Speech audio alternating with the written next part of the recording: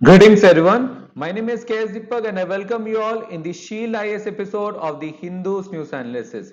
So चलिए देखते हैं कि कौन से articles है that we will be discussing today. So the first article is on the decrease in the retail inflation. So जिस वजह से ये inflation decrease हुआ है वहां पर particularly जिसका जिक्र article में है that is of the Monetary Policy Committee. So यहाँ पर बात करेंगे Monetary Policy Committee होता क्या है, कैसे फॉर्म किया गया था, क्या थे इसके रीजंस फॉर्मेशन के पीछे, मॉनेटरी पॉलिसी कमेटी डिस्कशन कैसे करते हैं, रिजल्ट्स पे कैसे आते हैं, क्या क्या इसके इश्यूज हैं, all those things will be seeing in our first article. The second one is on the commitments that India has made on the COP27, जो ongoing conference है जिसे आप कहते हैं COP27 of UNFCCC. इस कॉन्फ्रेंस में India ने काफी सारे कमिटमेंट्स रखे हैं और उन कमिटमेंट्स को समझने की कोशिश करेंगे in our second article. The third one is on the sea vigil exercise. तो यहां पर बात करेंगे सी विजिल एक्सरसाइज होता क्या है, सी विजिल एक्सरसाइज का मकसद क्या है, सी विजिल एक्सरसाइज को अगर हम लोग ब्रॉडर टर्म्स में समझें तो वो मैरीटाइम सिक्योरिटी के साथ कैसे रिलेट करता है. All those things we'll be seeing in our third article. And the fourth one is on the wholesale inflation. So यहाँ पर बात करेंगे WPI होता क्या है, CPI क्या होता है, CPI के कौन से टाइप्स होते हैं, WPI के कौन से टाइप्स होते हैं, WPI का बेस ईयर क्या है, CPI का बेस ईयर क्या है, एज वेल एज सिग्निफिकेंस क्या है इन दोनों एस्पेक्ट्स पे और इन दोनों एस्पेक्ट्स में डाइवर्जेंस क्यों हम लोग देख रहे हैं in recent years, that also will be seeing in our fourth article. And as usual, the fifth one is on the quiz of the day. So let's start with the first one, that is on the retail inflation. अब यहां पर जैसे मैंने जिक्र किया initially, यहां पर article में जो बेसिक बात की जा रही है that is on the monetary policy committee. अब ये जो मॉनेटरी पॉलिसी कमिटी है it is a very powerful committee and it's very important committee also when it comes to Indian economy. और इसीलिए यहां पर जो बेसिक बात करेंगे that is on the monetary policy committee.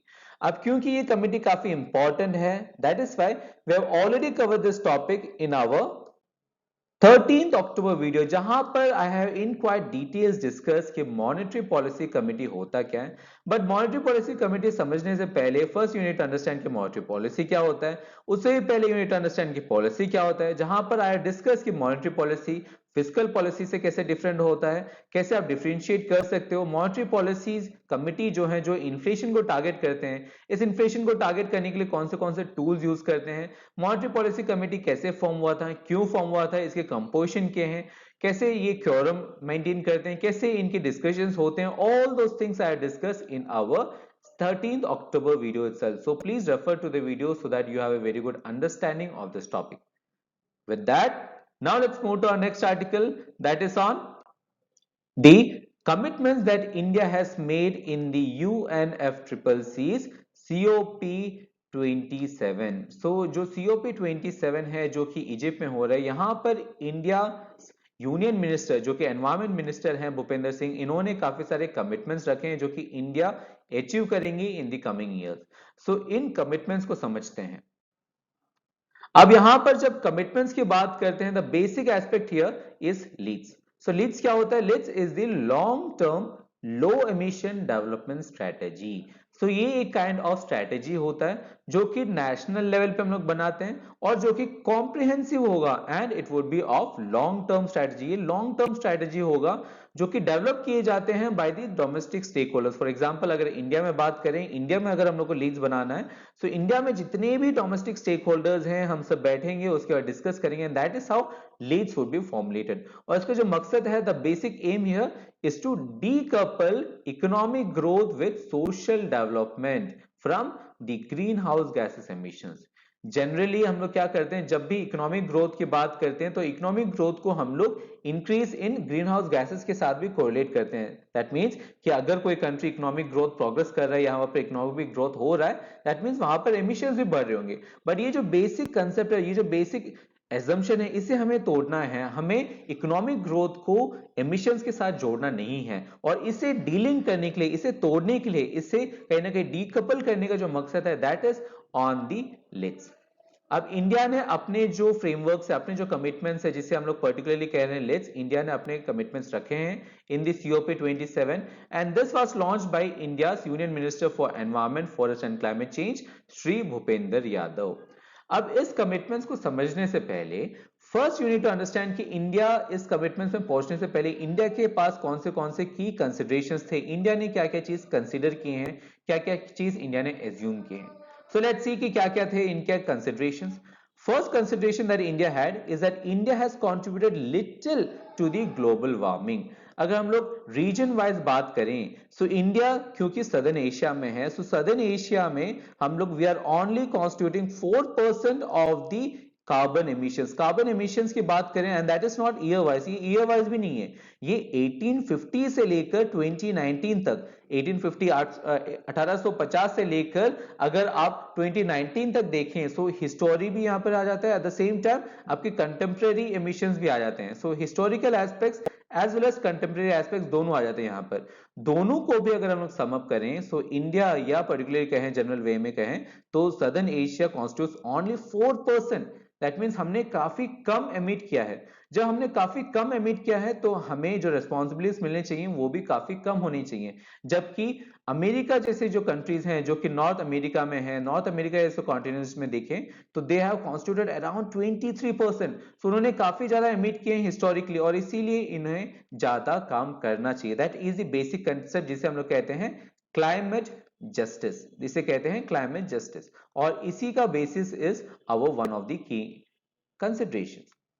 The second consideration that India has is that India has significant energy needs for its development.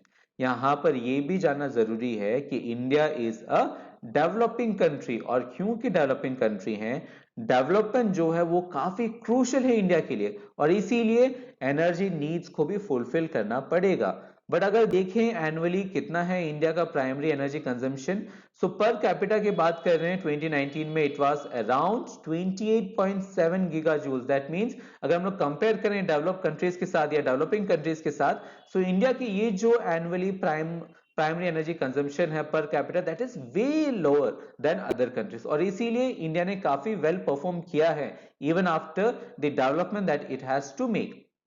Third commitment is कि India is committed, yes India के पास commitments हैं कि वो low carbon strategies adopt करेंगे। Same time उन्हें अपने national circumstances को भी ध्यान में रखना है, या इन कमिटमेंट्स को उन्हें कहीं ना कहीं ट्वीक करना है, कहीं ना कहीं ट्वीन करना है according to the national circumstances. The fourth consideration here is that India needs to build climate resilience. यहाँ पर जो इंफ्रास्ट्रक्चर इंडिया के पास बनाएंगे इंडिया फ्यूचर में, सो वो क्लाइमेट रेजिलियंस होना चाहिए, क्लाइमेट के साथ सस्टेनेबल होना चाहिए, क्लाइमेट के साथ जेल इन करना चाहिए, और that is the basic aim that India has while penning down the LEDS. Another aspect is India's climate change. अब हमने देख लिया कि क्या क्या की कंसिडरेशंस हैं जिसके बेसिस पर हम लोग लीड्स बनाएंगे, बट अभी ये भी देखना जरूरी है कि इंडिया ने कौन से कमिटमेंट्स किए थे ओवर द इयर्स और उनमें क्या ट्रैक रिकॉर्ड रहा है। सो जो पिछला सीओपी था जिसे हम लोग कहते हैं सीओपी 26 जो कि यूएनएफसीसीसी का हुआ था इन ग्लासगो, वहां पर भी प्राइम मिनिस्टर नरेंद्र मोदी ने पंचामृत का आइडिया रखा था जो कि कहते हैं 5 नेक्टर एलिमेंट्स, जहां पर वो 5 कमिटमेंट्स रखे थे। और अगर हम लोग देखें कि उन कमिटमेंट्स में हम लोग ने कितना फुलफिल किया है, so India has done remarkably well, और पर्टिकुलरली हम लोग ने काफी सारे एनडीसी जिसे कहते हैं नेशनली डिटरमाइंड कॉन्ट्रीब्यूशंस, उसे हमने अपडेट भी किया है कि हम बेटर परफॉर्म करना चाहते हैं। Few of them are, the first is कि हम मीट करना चाहते हैं 50% ऑफ India's cumulative electric power install capacity. That means जो इलेक्ट्रिक पावर है जो कि इंस्टॉल्ड है उसमें से 50% हम लोग कहां से सोर्स करना चाहते हैं, नॉन फॉसिल सोर्सेज से सोर्स करना चाहते हैं बाय द ईयर 2030। सेकेंड, इसके हम रिड्यूस करना चाहते हैं एमिशन इंटेंसिटी ऑफ जीडीपी, जो जीडीपी का एमिशन इंटेंसिटी है वो हम रिड्यूस करना चाहते हैं बाय 45%, और ये जो है we are trying to bring it down from our 2005 level. 2005 में जो लेवल्स थे उसमें से हम लोग 45% कम करना चाहते हैं by the year 2030। That is our second commitment. And third most important commitment was the change in the ideology. हम लोग आइडियोलॉजी में चेंज करना चाहते हैं, जो वे ऑफ लिविंग है वहां पर चेंजेस लाने की कोशिश कर रहे हैं, और वहीं पर our prime minister Narendra Modi ji has given various ideologies. One of them is life is lifestyle for environment, और this is one of the ideologies जो कि लोगों को लाना है, अपने मेंटालिटी में चेंजेस करना है, that change, that concept is known as life. With that, now let's see कि क्या क्या हैं एलिमेंट्स ऑफ आवर लाइफ। ये जो लाइफ की जो स्कीम्स हैं या जो जिसे कहते हैं our long term low emission development strategies, in LEDS के क्या क्या एलिमेंट्स है उस पर बात करते हैं। सो बेसिकली देखें तो 7 एलिमेंट्स हैं। Let's see one by one. The first one is low carbon development of electricity systems consistent with the development. अब यहां पर ध्यान ये रखना है कि यस, हम इलेक्ट्रिसिटी सिस्टम में लो कार्बन डेवलपमेंट लाना चाहते हैं, but that would be consistent. वो कंसिस्टेंट होगा क्या, हमारे डेवलपमेंट के साथ। तो इसलिए हम लोग क्या करने की कोशिश कर रहे हैं, हम लोग रिन्यूएबल सोर्सेस एक्सपैंड करने की कोशिश कर रहे हैं। हम लोग जो सोर्सेस बनाएंगे, सोर्सेस से जो एनर्जी हम लोग एक्सपैंड करेंगे, वो हम लोग ग्रिड में या अपनी जो कन्वेंशनल ग्रिड सिस्टम है उसमें हम लोग इंटीग्रेट करने की कोशिश कर रहे हैं। एट द सेम टाइम जो नए कार्बन टेक्नोलॉजीज हैं या लो कार्बन टेक्नोलॉजीज हैं उसे भी हम लोग एक्सप्लोर कर रहे हैं। हम लोग डिमांड को कम करने की कोशिश कर रहे हैं ताकि हम लोग सप्लाई ज्यादा एक्सप्लॉइट ना करें, और रैशनल यूटिलाइजेशन लाने की कोशिश कर रहे हैं of fossil fuel sources.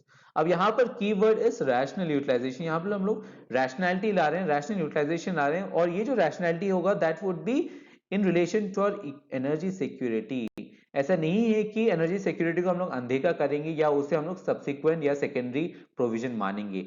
Energy security would be our primemost aim, that would be one of the most important aims that India has to fulfil. और इस एनर्जी सिक्योरिटी को ध्यान में रख के ही हम लोग क्या करने की कोशिश करेंगे, रैशनल यूटिलाइजेशन लाएंगे फॉसिल फ्यूल रिसोर्सेज का। एट द सेम टाइम हम लोग एनेबल करेंगे कि ये जो लो कार्बन की जो टेक्नोलॉजीज हैं वो कहीं ना कहीं मीडियम मार्केट्स तक या आपके नॉर्मल प्लेयर्स तक, स्मॉल प्लेयर्स तक वो पहुंच पाए, एनेबलर्स तक पहुंच पाए, एंड जो ऑप्टिमम ग्रीन मिक्स है वो हम लोग लाने की कोशिश करेंगे by fulfilling our first element. Then our second element here is to develop an integrated, efficient and inclusive low carbon transport system. So यहाँ पर जो फोकस है वो आपके कार्बन सिस्टम्स में है या ट्रांसपोर्ट सिस्टम्स में है। तो यहाँ पर हम लोग क्या करने की कोशिश करेंगे, इसको फुलफिल करने के लिए, इसको अकम्प्लिश करने के लिए हम लोग फ्यूल एफिशिएंसी लाएंगे। जो ट्रांजिशन है क्लीनर फ्यूल्स में, जिसे हम लोग कहते हैं BS6, BS4 एंड ऑल, सो ये जो शिफ्टिंग है this is also in line with accomplishing this goal. The same time हम लोग पब्लिक ट्रांसपोर्ट को एनहांस करने की कोशिश करेंगे, उसकी जो यूटिलाइजेशन है उसे हम प्रमोट करने की कोशिश करेंगे। जो इलेक्ट्रिफिकेशन है वो भी हम लोग एनहांस करेंगे, एंड अगेन यहाँ पर भी हम लोग डिमांड साइड जो है वो कम करने की कोशिश करेंगे, एंड यहाँ पर ट्रांसपोर्ट सिस्टम्स में इंटेलिजेंस लाने की कोशिश करेंगे, and this would be based on the artificial intelligence या machine learning. Now let's see our next principles. The third principle here is to promote adaptation in the urban design, energy and material efficiency in buildings and sustainable urbanization. So यहाँ पर जो हमारा focus है that is on sustainable urbanization. Yes, urbanization तो होगा ही, but that should be sustainable. और इसी के लिए हम लोग क्या करने की कोशिश कर रहे हैं, हम लोग adaptation measures लेने, रिसोर्सेस में एफिशिएंसी लाने की कोशिश करें, जो मटेरियल्स है उसमें एफिशिएंसी लाने की कोशिश करें, रेजिलिएंट बिल्डिंग डिजाइन्स लाने की कोशिश करें, एंड जो म्युनिसिपल सर्विस डिलीवरी सिस्टम है वहां पर हम लोग लो कार्बन टेक्नोलॉजीज को प्रमोट करने की कोशिश कर रहे हैं to accomplish our third element. The fourth element here is to promote economy-wide decoupling of growth from emission and development. जैसे हमने इनिशियली बात किया, जब भी हम लोग इंडस्ट्रियल सिस्टम्स या हम लोग ग्रोथ की बात करते हैं या इकोनॉमिक ग्रोथ की बात करते हैं, so emission is often related, is often one of the connotations to the economic growth. हम लोग एमिशंस को क्वाइट क्लोजली रिलेट करते हैं विद इकोनॉमिक ग्रोथ, बट ये जो कपलिंग है इसे हमें दूर करना है। हमें इकोनॉमिक ग्रोथ को एमिशंस के साथ जोड़ना नहीं है, we need to delink it, इस लिंक को तोड़ना है, और इसीलिए that is our fourth principle. और इसके लिए क्या करेंगे, अगेन यहां पर हम लोग रिसोर्स एफिशिएंसी लाएंगे, फ्यूल को स्विच करेंगे, बेटर फ्यूल जो है या एफिशिएंट फ्यूल है सिस्टम है वो लाने की कोशिश करेंगे, इलेक्ट्रिफिकेशन लाएंगे, उसके मैन्युफैक्चरिंग को हम लोग जो कॉस्ट है उसे हम लोग कॉस्ट कॉम्पिटिटिव बनाएंगे, मटेरियल एफिशिएंसी लाएंगे, ग्रीन हाइड्रोजन टेक्नोलॉजीज लाएंगे, सस्टेनेबल ग्रोथ लाएंगे, एंड MSMEs में भी हम लोग low carbon and sustainable growth लाने की कोशिश करेंगे। So this are in line with accomplishing our fourth goal. The fifth element here is that we would be promoting CO2 removal and related engineering solutions. So यहाँ पर इस M को fulfil करने के लिए, इसे कहीं ना कहीं accomplish करने के लिए हम लोग ट्रेनिंग लाएंगे, कैपेसिटी बिल्डिंग लाएंगे और प्लानिंग करेंगे ताकि हम मिनिमाइज कर पाए सोशियो इकोनॉमिक इंपैक्ट्स जो कि कहीं ना कहीं एनवायरमेंट में होता है। तो जो सोशियो इकोनॉमिक इंपैक्ट्स हैं जो कि एनवायरमेंट में होते हैं, इन इंपैक्ट्स को मिटिगेट करने की कोशिश करेंगे bye capacity building and training. That is our fifth element. The sixth element here is enhancing the forest and vegetation cover. यहाँ पर हम लोग जो फॉरेस्ट कवर है उसे बढ़ाने की कोशिश करेंगे, जो वेजिटेशन कवर है उसे बढ़ाने की कोशिश करेंगे, और इसके लिए हम लोग जो इंफ्रास्ट्रक्चर है स्टेट फॉरेस्ट डिपार्टमेंट्स की वो हम लोग स्ट्रेंथन करेंगे. And the seventh one and the last element here is the economic and the financial aspects of the low carbon development. तो यहाँ पर हम लोग लो कार्बन डेवलपमेंट लाना चाहते हैं, लो कार्बन टेक्नोलॉजीज लाना चाहते हैं, पर इन टेक्नोलॉजीज को लाने के लिए काफी सारे फाइनेंशियल रिसोर्सेज की जरूरत है. फाइनेंशियली आपको काफी सारे मॉनेटरी अलाउंसेस मोबिलाइज करने होते हैं, और इसीलिए यहाँ पर आप एसेस करेंगे फाइनेंशियल रिक्वायरमेंट्स को और मोबिलाइज करेंगे रिक्वायर्ड क्लाइमेट फाइनेंसेस को, ताकि इन सब एम्स को आप फुलफिल कर पाए, इसे आप एकम्प्लिश कर पाए. अब बात करते हैं कि जो करंट फीचर था लीड्स का, उसमें कौन से सेलिएंट फीचर्स हैं, इंपॉर्टेंट फीचर्स कौन से हैं. सो फर्स्ट सेलिएंट फीचर इसकी there would be focus in the rational utilisation of the natural resources. So हम लोग ने एलिमेंट्स में देखा, एलिमेंट्स ऑफ द लीड्स में हम लोग ने देखा कि रैशनल यूटिलाइजेशन लाएंगे. ध्यान किस पर होगा, ध्यान would be on our energy security. Energy security में हम लोग प्रायोरिटी रखेंगे. अब यहाँ पर जो रैशनल यूटिलाइजेशन है इसे लाने के लिए हम लोग ने काफी सारे स्कीम्स ऑलरेडी पब्लिश कर चुके हैं, हम लोग ऑलरेडी ला चुके हैं. For example one of the is a national hydrogen mission जो कि 2021 में लॉन्च हुआ था, जिसको जो मकसद है that is to make India a green hydrogen hub. Same time हम ये भी कोशिश करेंगे कि जो अपनी न्यूक्लियर कैपेसिटी है उसे 3 गुना बढ़ाएं बाय द ईयर 2032, ताकि फॉसिल फ्यूल से जो एनर्जी सोर्स करें वो हम कम कर पाए. देन हम लोग ने एलिमेंट्स में ये भी देखा था कि we needs to use biofuels लाना चाहिए, और इथेनॉल ब्लेंडिंग जो है वो हम बढ़ाएंगे. और इसके लिए अगेन हम लोग मैक्सिमाइज क्या करें, हम लोग इलेक्ट्रिसिटी व्हीकल्स को मैक्सिमाइज करें, उसके यूसेज को मैक्सिमाइज करें. जो ब्लेंडिंग है, ब्लेंडिंग में भी हमारे पास एक एम है that is to reach 20% blending हम लोग रीच करना चाहते हैं बाय द ईयर 2025. और पब्लिक ट्रांसपोर्ट में एक पैराडिग्म शिफ्ट लाना चाहते हैं, उसकी जो प्रमोशन है, प्रमोशन को एनहांस करना चाहते हैं. अनदर एलिमेंट जो कि हम लोग इनिशियली देखे थे that is of sustainable urbanisation.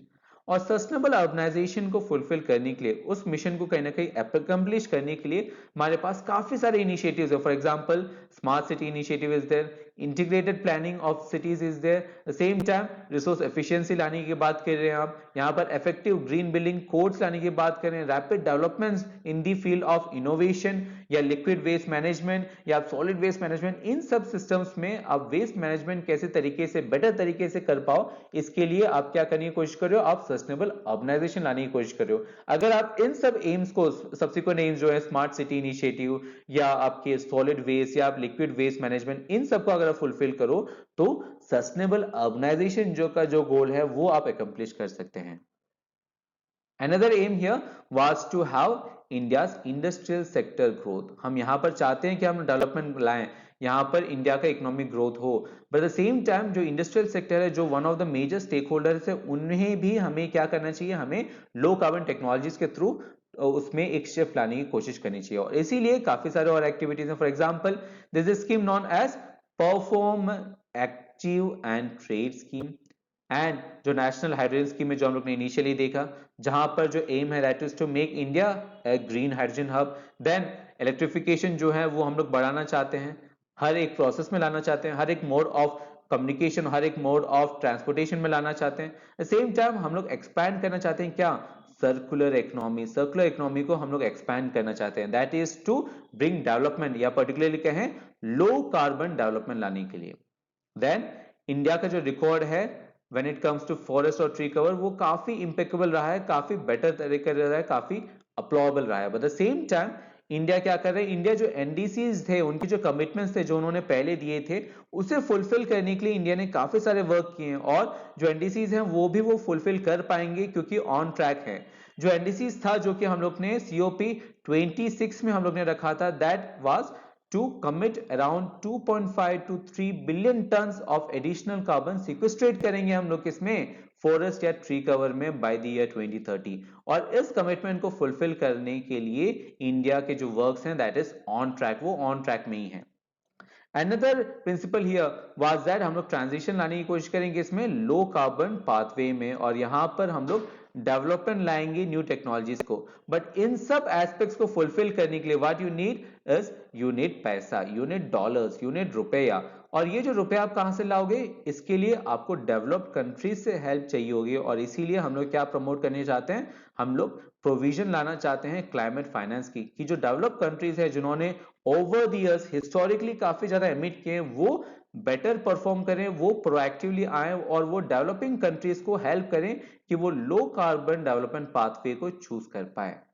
With that now let's move to our next article that is on our Sea Vigil 22 exercise. अब यहां पर बात करेंगे सी विजिल 22 एक्सरसाइज क्या है। So let's see. So C Vigil 22 जो एक्सरसाइज है, इट इज एन एक्सरसाइज, या पर्टिकुलरली कहें it is a national level coastal defence exercise है। सो यहाँ पर जैसे मिलिट्री के एक्सरसाइज होते हैं वैसे ही this is of coastal system, ये कोस्टल डिफेंस को एनहांस करने के लिए है और ये नेशनल लेवल पे किया जा रहा है। अब ये जो सी विजिल है, the basic aim here is to assess the overarching coastal defence mechanism. यहाँ पर कोस्टल डिफेंस कितना तंदुरुस्त है, कितने अच्छे हैं, उसे एनहांस करने के लिए, उसे एम्बोल्डन करने का मिशन है ऑफ द सी विजिल। अब इसका जो फॉर्मेशन है, इसकी जो जरूरत है, that was felt after the 26/11 जो 26/11 में जो अटैक हुआ था मुंबई में, वहां पर कहीं ना कहीं इंडिया सिक्योरिटी सिस्टम को लगा कि हमें एनहांस करना चाहिए अपने मैरीटाइम सिक्योरिटी को। और मैरीटाइम सिक्योरिटी का एक मेजर रोल किससे रिलेटेड है, आपके कोस्टल डिफेंस से रिलेटेड है, और इसीलिए हम लोग यहाँ पर मैरीटाइम सिक्योरिटी को एनहांस करने के लिए हम लोग क्या कर रहे हैं, यहाँ पर कोस्टल डिफेंस को स्ट्रेंथन कर रहे हैं। एंड स्ट्रेंथन करने के लिए हमारे पास काफी सारे एक्सरसाइज हैं। One of the exercise is Sea Vigil 22। अब यहाँ पर ये जो एक्सरसाइज है, यहाँ पर हम लोग एंटायर कोस्ट लाइन, जो एंटायर कोस्ट लाइन है उसे हम लोग कवर करेंगे, अगर कोई ईईजेड है उसे भी कवर करेंगे। सेम टाइम जो कोस्टल स्टेट्स है, यूनियन टेरिटरीज है, हर एक जो मैरीटाइम स्टेक होल्डर है उन्हें हम लोग कवर करेंगे, वहां पर हम लोग एक्सरसाइजेस करेंगे। और ये जो एक्टिविटी है, ये जो एक्सरसाइज है, जो कि काफी कॉम्प्रिहेंसिव है, this is conducted by the Indian navy. और इसके साथ इंडिया क्या कर रहा है, इंडियन नेवी कोऑर्डिनेट कर रहा है विद कोस्ट गार्ड, और जितने भी मिनिस्ट्रीज हैं जो कि मैरीटाइम एक्टिविटी से रिलेटेड हैं उनके साथ भी वो कोऑपरेट कर रहे हैं, ताकि इस एक्सरसाइज को वो सक्सेसफुल बना पाए, इसकी जो मकसद है उसे वो फुलफिल कर पाए। अब इसकी जो मकसद अगर आप बात करें, इसके अगर एम को अगर देखना हो, अगर so you need to combine the Sea Vigil with another exercise जिसे आप कहते हैं ट्रोपेक्स। सी विजिल को अगर आप ट्रोपेक्स के साथ जोड़ के देखोगे, then it will be covering the entire spectrum of the maritime security challenges. अब ट्रोपेक्स क्या है, ट्रोपेक्स भी सी विजिल जैसा एक एक्सरसाइज है, but it is more comprehensive, ये एक मोर कॉम्प्रिहेंसिव और मोर लार्जर लेवल पे एक एक्सरसाइज होता है जिसे आप कहते हैं ट्रोपेक्स, जिसका जो फुल फॉर्म है that is theatre level readiness operational exercise, और ये इंडियन नेवी हर 2 साल में करते हैं। और ये जो सी विजिल है, sea vigil is a part of TROPEX itself. Sea vigil का जो मकसद है that is to prepare the coastal defence mechanism to TROPEX. TROPEX के लिए जो डिफेंस मैकेनिज्म उसे एम्बोल्डन करे, उसे एनहांस करे, that is the basic aim. और सी विजिल और ट्रोपेक्स को अगर आप मिला के देखोगे, then you would get the bigger picture, जो bigger picture that is to enhance or to cover the entire spectrum of maritime security challenges. With that, now let's move to our next article that is on the wholesale inflation. अब यहां पर बात करते हैं, जब inflation की बात करते हैं, जब इन्फ्लेशन को मेजर करने की बात करें, यहां पर जैसे कहा गया है 8.4%, दिस इज होलसेल इन्फ्लेशन। सो और किस टाइप के इन्फ्लेशन होते हैं, इन्फ्लेशन आप कैसे मेजर करते हो, let's see. So when it comes to inflation in country, जब इन्फ्लेशन आपको मेजर करना होते हैं, अगेन 2 इंडेक्सेस होते हैं। First one is the WPI, second one is the CPI. जो डब्ल्यूपीआई है वो उसे कहते हैं होलसेल प्राइस इंडेक्स, जबकि सीपीआई जो होता है that is consumer price index. WPI क्या करता है, डब्ल्यूपीआई मेजर करता है चेंजेस, जितने बदलाव हो रहे हैं किसमें, prices of goods and services, sorry prices of goods sold and traded, please remember यहाँ पे सर्विसेज नहीं है, prices of goods sold and traded in bulk by the wholesale businesses। तो यहां पर जो मकसद है दैट इज कि जो गुड्स के जो दाम है, दाम में कितने चेंजेस हो रहे हैं, और ये किस बेसिस पर देख रहे हो आप, ये जो पर्सपेक्टिव है दैट इज होलसेल, होलसेल में कितने चेंजेस हो रहे हैं वो आप ध्यान में दे रहे हो when it comes to WPI. जब सीपीआई की बात करते हैं, सीपीआई में भी आप प्राइस चेंजेस को ही मेजर कर रहे हो, बट यहां पर जो पर्सपेक्टिव है वो चेंज होता है, यहां पर आप रिटेल बायर की तरह देख रहे हो, यहां पर आप कंज्यूमर की तरह देख रहे हो, यहां पर आप होलसेल में चेंजेस नहीं देख रहे हो, यहां पर कंज्यूमर में चेंजेस देख रहे हो। जो WPI है it is publish by the office of the economic advisor, जो कि ministry of commerce and industry के अंदर आता है, जबकि CPI जो है it is release by the national statistical office, जो कि ministry of statistics and programme implementation के अंदर आता है। देन जो WPI है it is the most widely use inflation indicator in India, but CPI का भी रिलेवेंस है। CPI का रिलेवेंस ये होता है कि जब आप इन्फ्लेशन, कहीं ना कहीं न्यूज़पेपर्स में आपने देखा होगा कि इन्फ्लेशन फलाने फलाना, इस मंथ में इन्फ्लेशन इतना है, मंथ में इन्फ्लेशन इतना बढ़ रहे हैं। सो ये जो इन्फ्लेशन है, इन्फ्लेशन का जो मेजरमेंट है that is done by the MPC and RBI।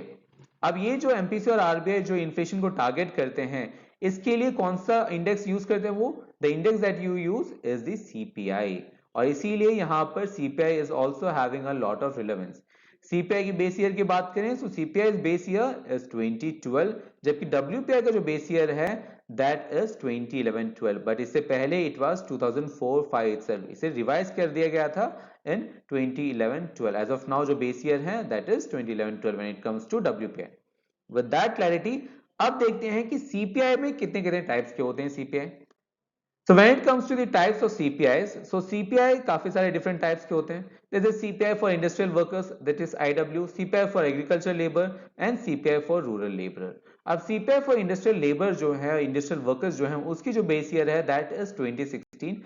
जो बाकी सब जो CPIs हैं that is having same base year as that of normal CPI itself। और ये जो तीनों indexes हैं CPI IW, CPI AL and CPI RL, this तीनों इंडेक्स ये कौन कंपाइल करता है? This is done by labour bureau, ministry of labour and employment. Please remember, जब हम लोग CPI की बात कर रहे थे, CPI particularly is done bye NSO, is compiled bye NSO, जबकि यहां पर CPI IW, CPI AL, CPI RL, this is done by labour bureau, ministry of labour and employment.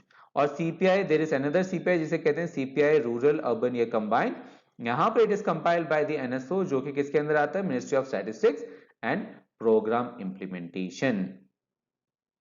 अब अगर बात करते हैं कि इस WPI और CPI से कैलकुलेट करने के लिए आपको चेंजेस चाहिए, किसमें चेंजेस चाहिए? दामों में चेंजेस चाहिए। किन के दामों में? गुड्स के दामों में। अब ये जो गुड्स हैं ये आपको फिक्स करना होगा, जिसे आप कहते हैं बास्केट ऑफ गुड्स।